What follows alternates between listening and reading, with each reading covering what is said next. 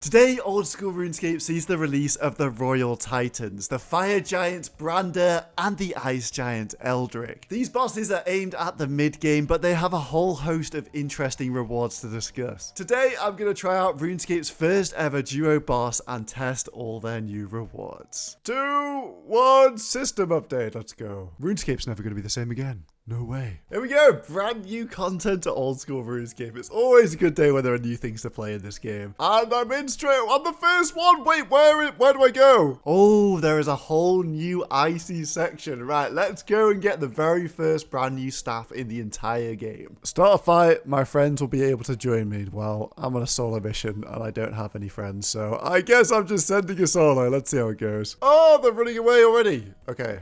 That's range. I've watched the instruction video, so this should be fine. These bosses are made to encourage your switching. So melee is the best DPS. You switch into your melee, and then it's going to wander away, and I'm going to have to range it again. There's also a bit of movement involved, and I've got to clear the arena using elemental spells here. Mate, I'm actually struggling, man. I know it's a duo boss. What's going on now?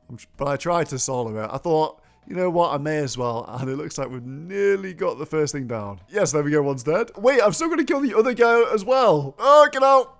I just died to the new boss.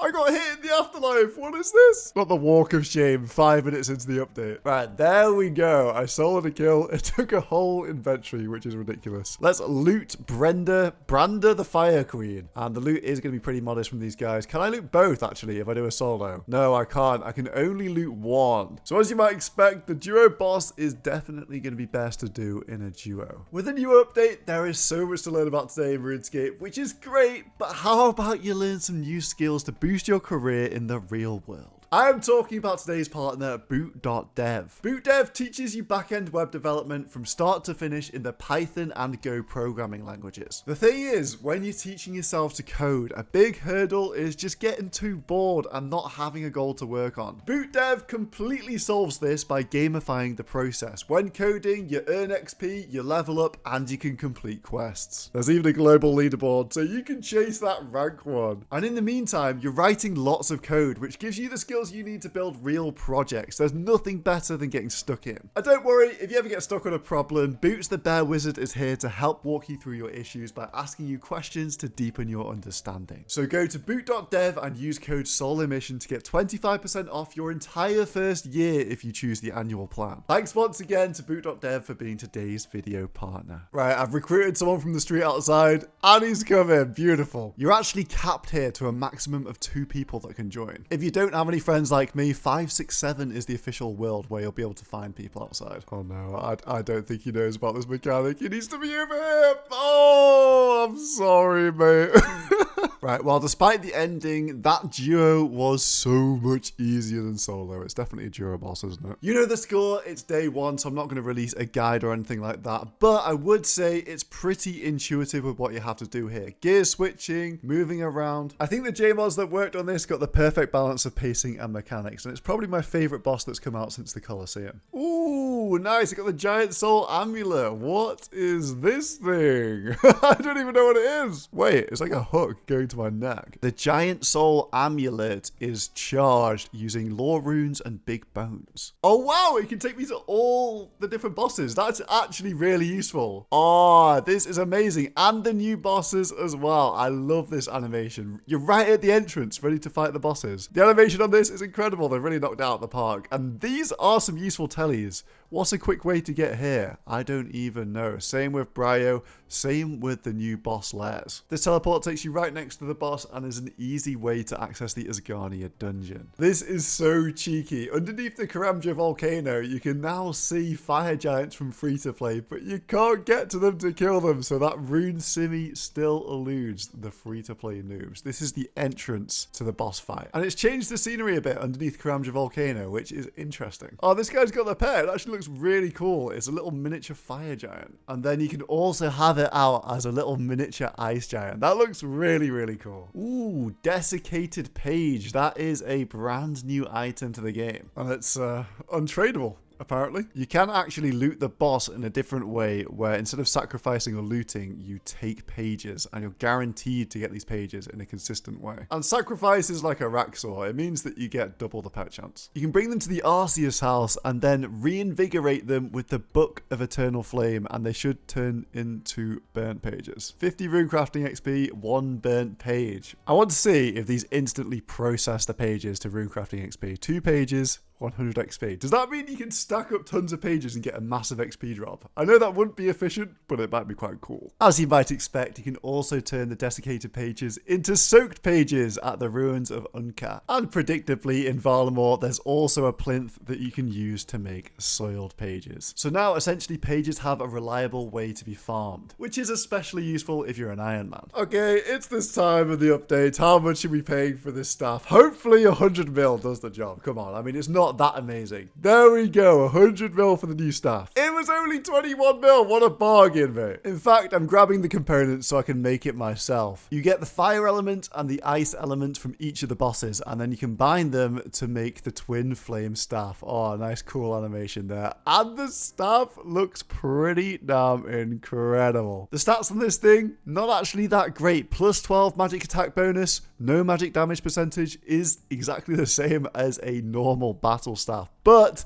this staff has a special effect which makes it worth it. But everything to do with this staff relies on elemental weakness, so that does limit the use case of the Twinflame staff. Now I'm here at Barrows because the brothers have an elemental weakness. Now let me show you the cool effect on this staff. If I attack Guthan the Infested, I do 2 hits, which is really interesting. This staff has echo hits. The second hit is always 40% of the first hit. Now that might seem insanely powerful, and that's because it is. To stop this being an endgame item, Jagex put on 2 restrictions to the Twinflame staff. The first being that its attack speed is 3.6 seconds. That's 6 ticks. Normal magic attacks are 5 ticks, and the tridents are 4 ticks. So it's a pretty slow hitting magic weapon. The second restriction is that you can only use up to wave spells for this staff's effect to work. It doesn't work with surge spells because that would make it super OP.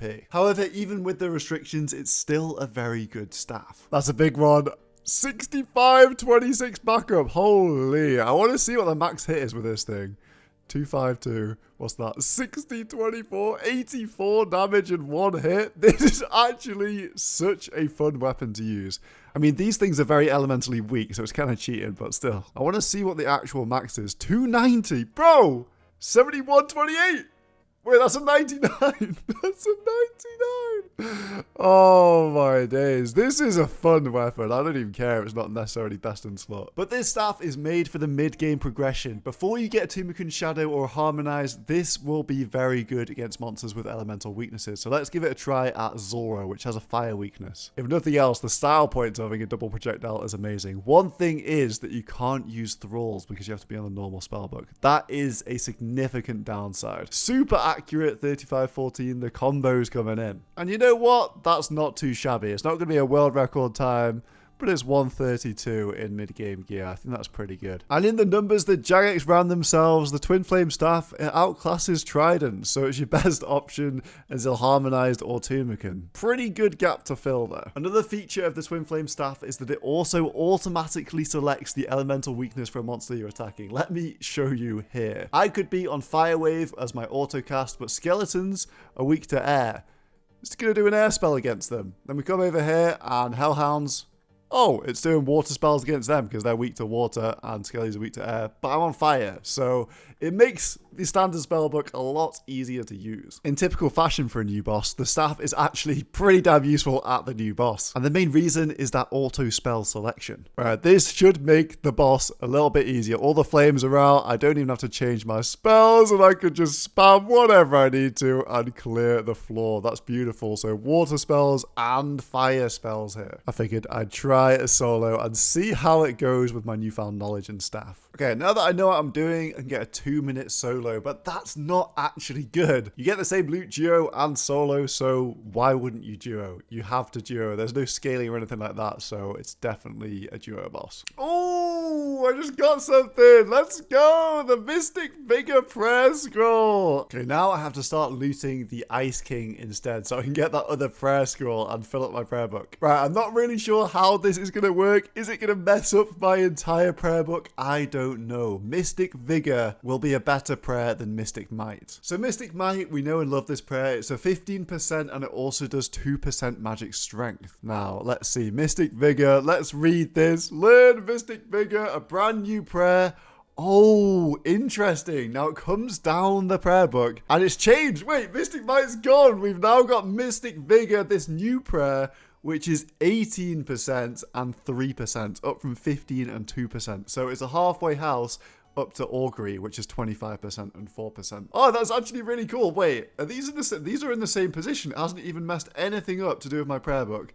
And they've just swapped out Mystic Might for Mystic Vigor. That's a really, really nice way to implement that. I really like that. And depending on what gear you're wearing, this prayer could be the difference maker, which gives you some extra max hits. There's also a range version, which is Deadeye, an upgrade to Eagle Eye. It works in exactly the same way. An extra thing to note about these prayers is that they require an extra prayer level of 63. Why is that somewhat relevant? Well, it's because you can actually use these on pure accounts. Now, as a pure enthusiast myself, it gives us a bit of a decision to make. Do we train our prayer levels and get combat levels as well for these new prayers? I'm not sure I'm going to do it, but it's definitely a buff to think about. And that's just about everything from the Royal Titans update. I actually think it's very good because it fits well into the game's progression. The update went very smoothly, and even if not endgame, the rewards are very cool.